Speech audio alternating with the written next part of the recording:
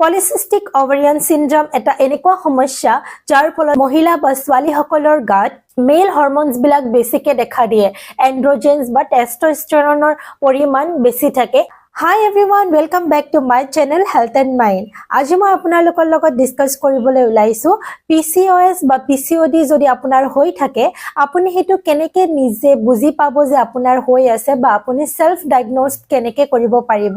তাৰ মই কিছু লক্ষণৰ বিষয়ে ডিসকাস কৰিম ইয়াৰ প্ৰথম লক্ষণ হল হাৰ্সুটিজম এটা এনেকুৱা সমস্যা যোনটো নেকি PCOS বা PCOD হলে দেখা দিয়ে সেইটো হল আনৱান্টেড হেয়াৰ গ্ৰোথ হোৱা আমাৰ বডিৰ বিভিন্ন পাৰ্টছত বা বিভিন্ন জাগাত আনৱান্টেড হেয়াৰ গ্ৰোথ হ'ব পাৰে মানে আপোনাৰ গাত যদি আগৰ পৰা হেয়াৰছ বিলাক নাই হেয়াৰ ফলিকল নাই তেনেহলে কি হ'ব পাৰে এই ডিজিজ বা এই প্ৰবলেমটো যেতিয়া হয় তেতিয়া আপোনাৰ হঠাতে আপোনাৰ বডিত হেয়াৰছ বিলাক গ্ৰো হোৱা ষ্টাৰ্ট কৰিব পাৰে আপোনাৰ আপাৰ লিপছত হেয়াৰ গ্ৰো হ'ব পাৰে বা আপোনাৰ চিক্স এৰিয়াত হেয়াৰ গ্ৰোথ হ'ব পাৰে সো এনেকুৱা ধৰণৰ আপোনাৰ বডিৰ বিভিন্ন পাৰ্টছত হেয়াৰ গ্ৰোথ হোৱা যেন দেখা দিয়ে এইটো হোৱাৰ মেইন কাৰণ হল আপোনালোকৰ বডিত বা ছোৱালীসকলৰ বডিত কি হয় মেল হৰমন টেস্টোষ্টেৰনৰ পৰিমাণ বেছি হৈ যায় তাৰ ফলত হেয়াৰ গ্ৰোথ দেখা দিয়ে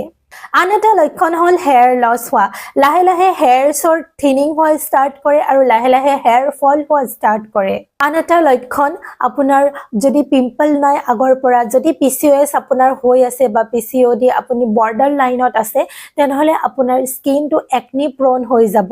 আৰু লগে লগে একনি হোৱাৰ কাৰণে আপোনাৰ স্কিনটো অইলি হৈ যাব আপোনাৰ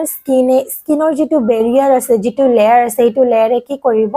আপোনাৰ অইল সিক্ৰেট কৰা ষ্টাৰ্ট কৰি দিব তাৰ ফলত আপোনাৰ ফেসত পিম্পল হোৱা ষ্টাৰ্ট কৰিব ইটোৰ মেইন কাৰণ হল a high level of testosterone in our body. ইয়াৰ আন এটা লক্ষণ হল স্কিন ডাৰ্কেনিং হোৱা ষ্টাৰ্ট কৰে আপোনাৰ নেক এৰিয়া বা চিন এৰিয়া আপোনাৰ গ্ৰইন এৰিয়া বা আন্ডাৰ আৰ্ম আপোনাৰ এইবিলাক এৰিয়া কি হয় মোৰ দেন ইউজুৱেল আপোনাৰ যিটো এটা ডাৰ্কনেছ থাকে তাতকে বেছি ডাৰ্ক হ'বলৈ ষ্টাৰ্ট কৰে আন এটা লক্ষণ হল হৰমনেল ইমবেলেন্সৰ কাৰণে হেডেক হ'বলৈ ষ্টাৰ্ট কৰে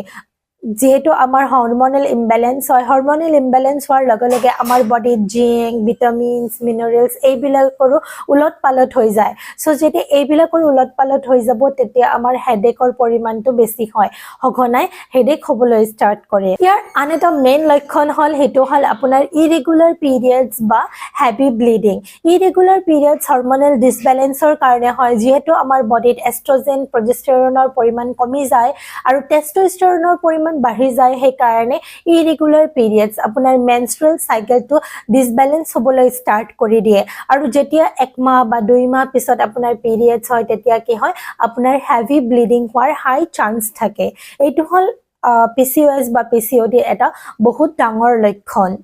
হৰমনেল ইমবেলেন্সৰ কাৰণে আমাৰ ইনসুলিন ৰেজিস্ট্যান্ট হ'বলৈ ষ্টাৰ্ট কৰে সো ইনসুলিন ৰেজিস্ট্যান্সৰ কাৰণে কি হয় weight gain হ'বলৈ ষ্টাৰ্ট কৰে সো PCOS and PCOD ৰ আন এটা মূল লক্ষণ হল আপোনাৰ weight gain হ'বলৈ ষ্টাৰ্ট কৰিব আপুনি হঠাতে within 1 month বা 2 monthৰ ভিতৰতে আপোনাৰ weight gain 5 কেজি বা 6 কেজি মান বাঢ়ি যাব পাৰে এইটো হল আন এটা মূল লক্ষণ 8 নম্বৰ লক্ষণটো হল বা প্ৰবলেম বুলিও ক'ব পাৰো হেতু হল ইনফাৰ্টিলিটি যোনটো এক্স আমাৰ বডিৰ পৰা ৰিলিজ হয় সেই এক্স বিলাক ইমেচিউৰ হৈ থাকে এই এক্স ফলিকল বিলাক মেচিউৰ নহয় আৰু সোনকালে ডেভেলপ নহয় সো ডেভেলপমেন্ট পিছ পৰি থকাৰ কাৰণে আৰু ইমেচিউৰ এক্সৰ কাৰণে কি হয় আমাৰ ইনফাৰ্টিলিটি মানে বাচ্চা নোহোৱা যেটো এটা লক্ষণ আছে হেতিও দেখা দিয়ে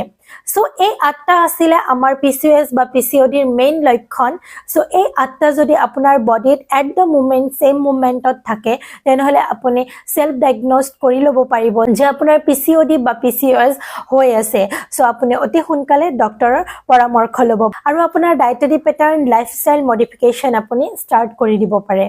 Thank you so much for watching the video. Next part মই ডিসকাস কৰিম PCOD হোৱাৰ বিভিন্ন কাৰণ আৰু হলে কি কৰিব লাগে